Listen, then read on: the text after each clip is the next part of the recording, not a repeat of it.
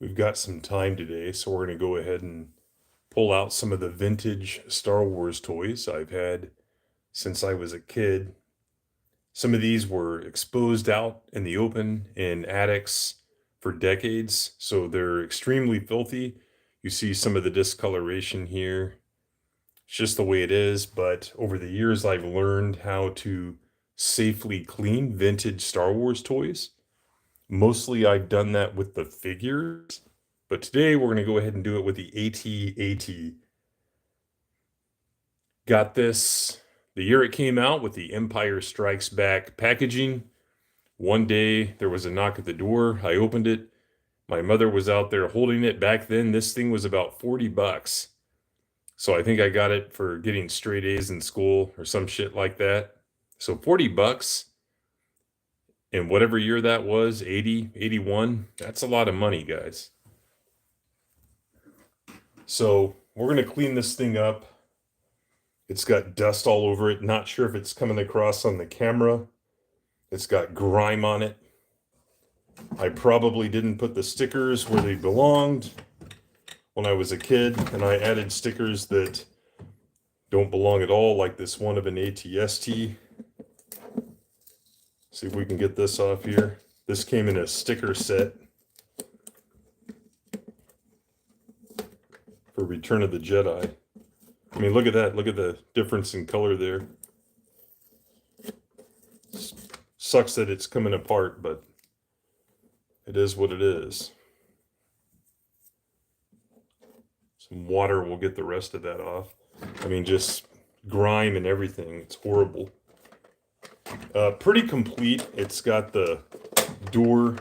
It's got the battery cover inside. See here. It's got the cockpit hatch. It's only got one of the blaster cannons, and the chin guns are missing. Pretty expensive stuff when you buy them in pieces on eBay or wherever else, but we'll get there. We'll get the thing complete. I want this one restored because there is sentimental value there. And then for the discoloration, look at that leg joint. Both of the leg joints, actually. But as you guys know, my new studio has tinted windows to keep the harmful rays from getting in. So what we'll do first here is, here it is. We're going to take a microfiber cloth, get as much stuff as possible. We'll go ahead and take the cockpit patch off. Get as much grime off as we can. These microfiber cloths are cheap. You can get them at Dollar Tree in the United States in a bundle. I use them to clean television screens and whatever else.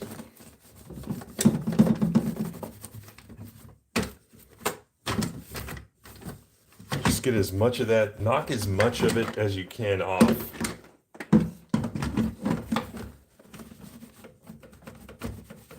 It will get into some cracks and crevices better than a regular cloth will.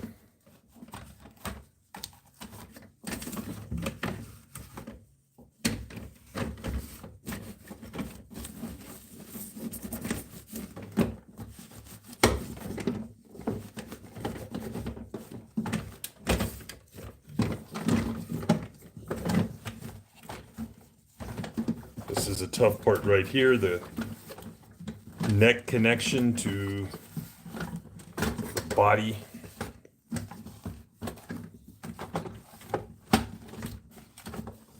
All right, that's about as good as it gets. So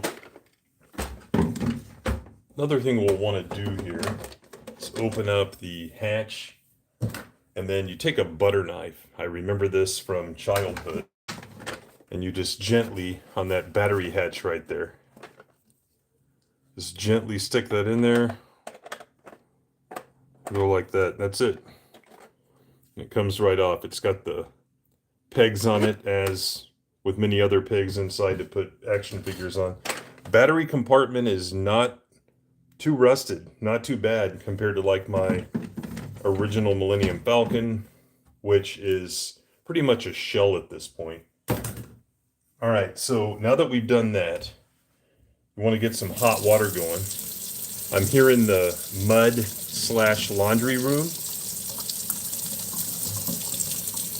of our house, so I can make a mess and not have to worry about it. This is one of those rooms where you can just close the door when you have guests and they can't see all your shit everywhere.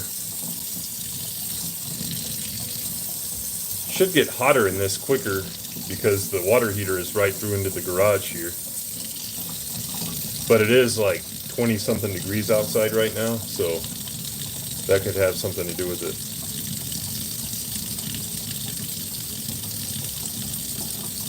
All right, so you want to turn it down.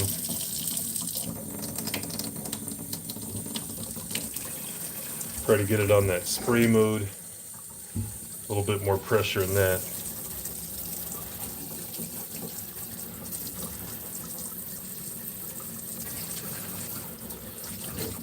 Let's try to knock some more of that off with the exposed parts now. We're not going to do the entire body at one time, just whatever is visible here.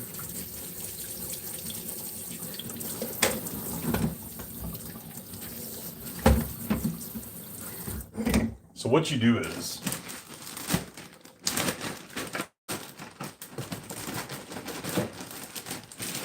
you get the cheapest, non-concentrated, Simply Clean. Not a lot of additives in this dishwasher detergent. You get a nice soft bristled, maybe even extra soft bristled if you can find it, toothbrush. Put some of that on there. Then you brush your teeth in preparation to clean the toy. No, I'm kidding. You use this to just gently scrub, right? This is a non-toxic dish detergent. Just gently scrub, try and get in between cracks and crevices. And this toy right here has a lot of them, as you see.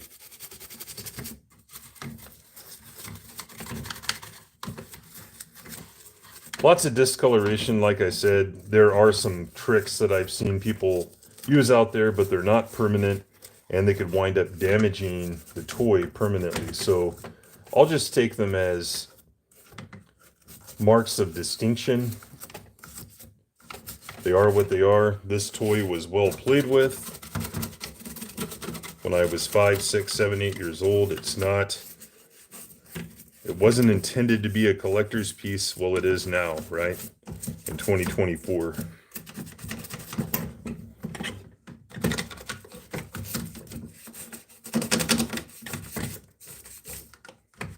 A lot of this is coming right off. I'm not sure if it's coming across on camera, but a lot of that grime, just disgusting oily dirt from being inside of attics and stuff, going through moves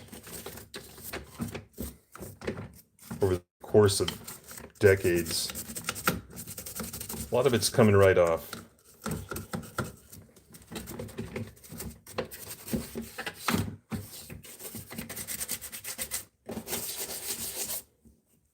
Need a little bit more here.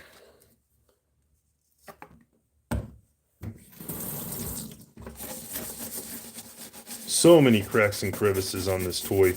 Well, it had to, because these toys, Kenner out of Cincinnati, Ohio, did a great job of recreating the shapes of the actual on-screen models. They would make wooden models, they would get approved, and then they would make molds from those wooden carved models. If you've never seen Plastic Galaxy, the documentary, I think it's out there for free on YouTube, quote unquote free. And then the episode of Star Wars on the toys that made us. There's a lot of repeat information in there, but both are really good to watch, and you'll learn a lot about toy making, about Star Wars toys, and quite frankly about the early business of I was about to say Disney Lucasfilm, of real Lucasfilm. kind of some of the stuff I went into in one of my most recent videos about George Lucas and the power of the almighty dollar. All right, that's good enough for the first round. Again, we'll put it on a low setting here, just enough to where the spray mode is actually spraying. Don't worry about it getting wet. Giggity. I'll show you how to deal with that later.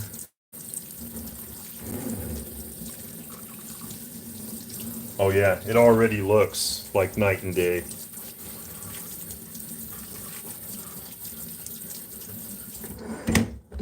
All right, let's flip them over here.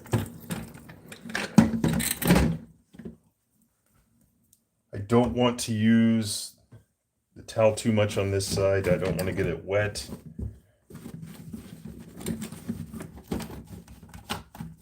All right. Once again, let's wet it down. By the way, when I went for work to Cincinnati in 2018, early 2018, I went out that night. It was like a solo trip. No one else from my department went. So I went out to P.F. Chang's for dinner that night on the company card and had a good meal. And about 20 minutes away was the Kroger headquarters, the grocery store chain, which on the top floor used to house the Kenner headquarters. So I went downtown Cincinnati that night, and it was on a Friday. No, it was, what night was it of the week? I think it was like a Thursday night. And let me tell you what, I've seen some bad downtown areas, but that one took the cake. It was pretty bad. And you didn't just see like homeless and thug types. You would see like young couples like walking around dressed up nice, probably looking for a good time, probably looking for drugs. It was wild. So I like found the building, right? Google Maps. And it's an interesting building. There's a building here, and then there's a building here, and there's like this little avenue in between the two buildings and parking spaces with like a tree-lined center divider. And there were angled parking spaces. I had a minivan. It's the only vehicle that the car rental place had that night that I had arrived there, and I got there late. Every time I travel, it's a shit show. So I had a minivan. I parked, got out, made a selfie, all in about 15 seconds. By the time I'm getting back in, the panhandlers had already been converging. So I'm traveling for work, right? So I'm not armed. Because normally anytime I go to a place like that, I'm armed, right? Couldn't be armed. So I just hopped back in and took off. So I don't know if I've ever shared that picture when I'm at the Kenner headquarters, former Kenner headquarters, but I'll have to pull it up. It's kind of like a pilgrimage, right? Visiting hallowed ground.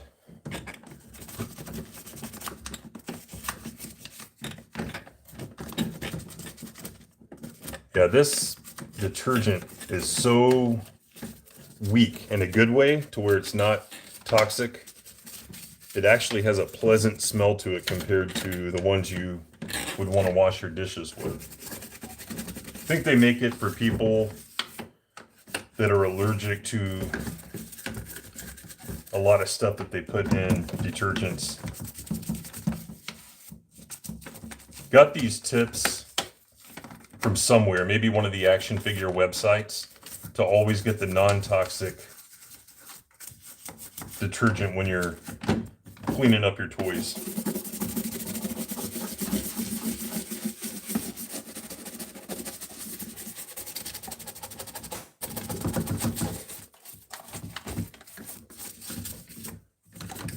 And again, may have to do at least one more pass, possibly two. This thing is grimy. Let's go ahead and get the top here. See if he'll stand. Love that clicking sound, right? What I'll wind up doing is probably putting this Probably putting this on the shelf behind me when I stream. That would be a good place for it. Okay, stay.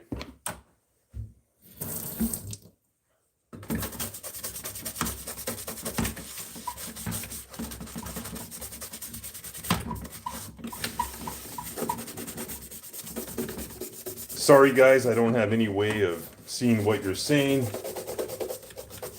Have my phone on one of those snake holders and it covers up the screen.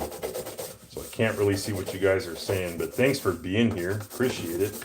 I was going to do this and I thought people interested might want to have a live look in here.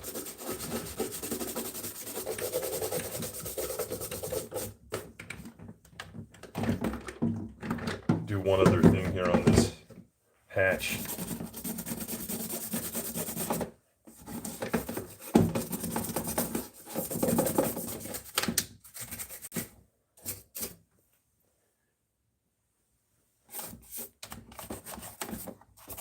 We'll do the head later. That's what she said again. By the way, you see over here Darth Vader's TIE Fighter.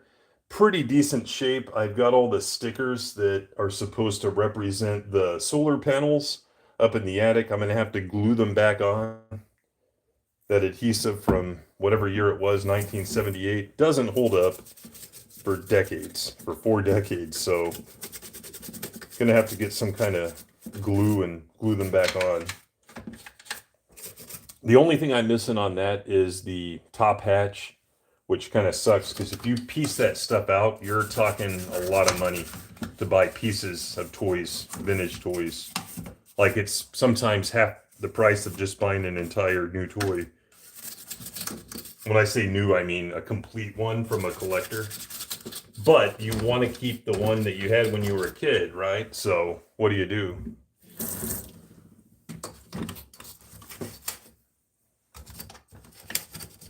The cool thing about vintage toys with all these stickers that, again, I probably put on incorrectly as a kid, you would have to take a guide of where do you put all the little stickers on the sheet. Kind of fun, kind of like putting a model together, and G.I. Joe did the same thing. But as a kid, again, totally did it wrong, I'm sure. You're just wanting the shit done so you can play with your toy.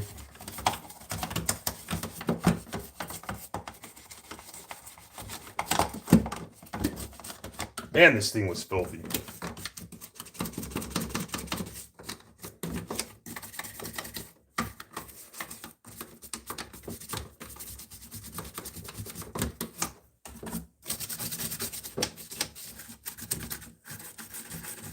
Should have done a close-up before and after picture, but I'll do it on one of the other toys.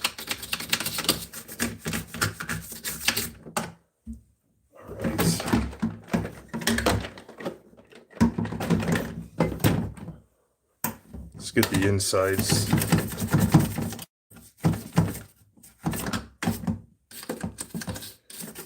I mean, just dirt and dust get everywhere, guys. Like, it's ridiculous.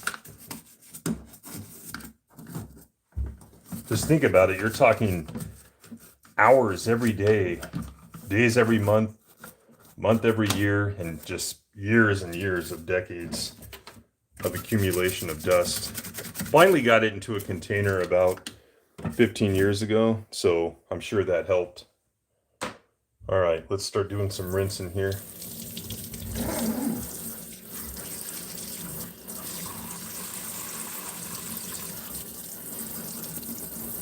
Yeah, you can tell the difference already.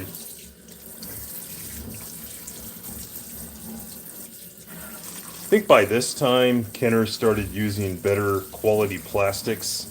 A lot of the 77, 78 toys had that really brittle plastic. Like if you're snapping pieces together, sometimes the shit would just, tabs would break. But they started getting that softer plastic that's more malleable with the Empire Strikes Back release toys.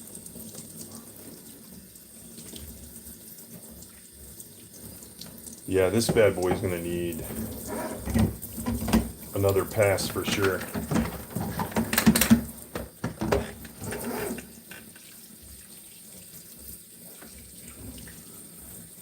And then, once you're done, it takes a long time to get done sometimes.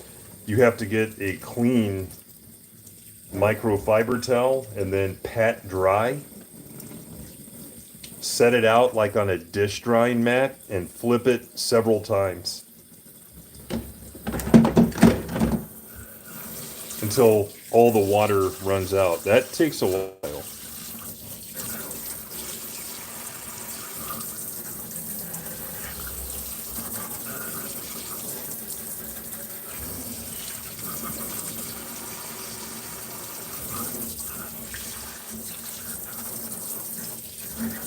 You can use other kinds of brushes that are smaller that'll get further into cracks like this lattice work here on the legs. As long as it's soft bristle, not like wire brush type of stuff. You don't want to do that because that will damage the toys. It's all about gentleness.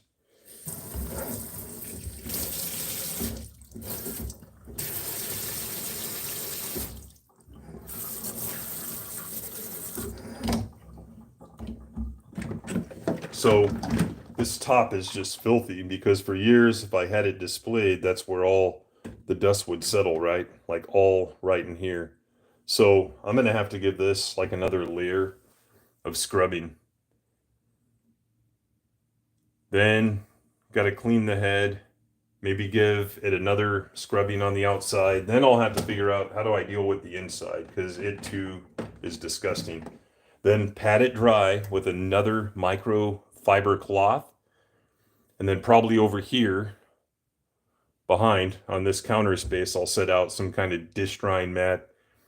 I'll put it upside down, wait about an hour, turn it the other way. The drying process probably takes a couple of days.